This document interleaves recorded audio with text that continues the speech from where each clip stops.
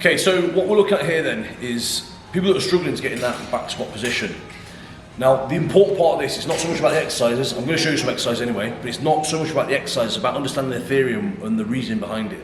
So, first of all, if you struggle to get in a back squat position, one of the worst things to do is to force yourself into it with weight.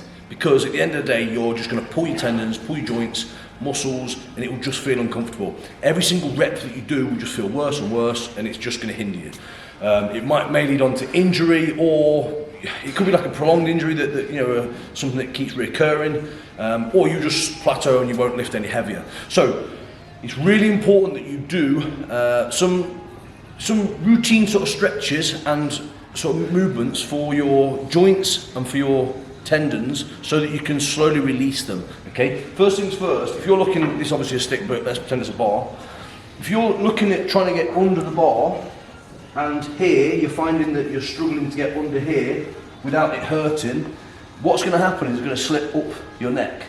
Okay, so with this happening, as it's slipping up your neck, it's then in the worst position to do a squat. Especially if you're really trying to focus on, you know, going low bar, you'll have to end up bringing your hands out, and all sorts of things can go wrong. So one of the things that I'd say to do is basically get a stick and rotate here so that you're stretching off your chest and your shoulder girdle. So you're just going to do some stick rotations to the point where you feel that stretch and come back. So you're going to spend like 2 or 3 minutes doing this.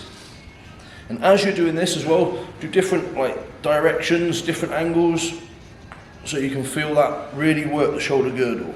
As you sort of get a little bit more flexible at that, then bring your hands in slightly and work there. You'll notice obviously it's less now. But as you get better at it, bring your hands further in and it will get more of a stretch on that. The other thing is a super simple stretch, is a door frame stretch. So try and think that you want to stretch your chest, because there's a lot of people that have tight chest and it pulls their shoulders forward, and therefore which makes that horrible position. So from here, super simple, just from here turn away and get that stretch across the chest. Turn your head with it and then really push yourself forward. Okay, so do that both sides a couple of times through.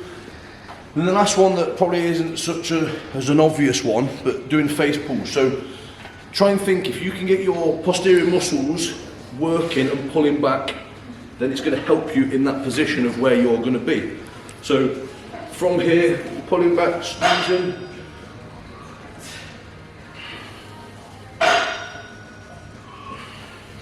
So do around 30 seconds worth of this, again a couple of times through.